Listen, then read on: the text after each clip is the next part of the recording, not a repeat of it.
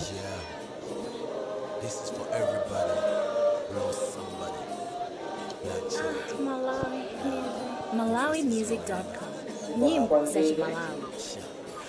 Koma kwambiri olemekezeka president padakali pano imati ndilole kuti kupempheni kuti padakali pano ndi a first lady nanunso mukayike nkhani sikundiwawa poti mtima wanga udakagunda koma mwantimanga singwe siningachikusunta ena mukunena zondinyosa ndipo ndikumva siwanikuti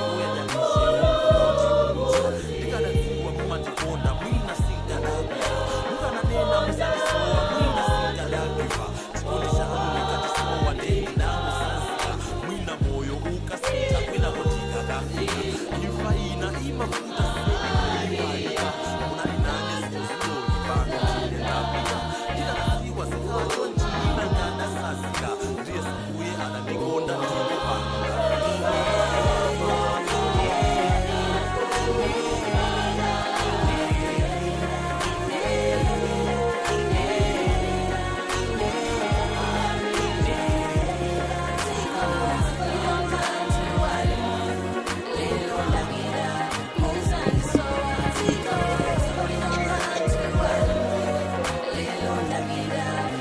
koma kwambiri ya president padakali pano yeseso chaulemu kuti ndipemphe wachiwiri kwa mtsogoleri wa dziko lino Dr. Michael Bizwick Usi kuti nawonso akayike nkhani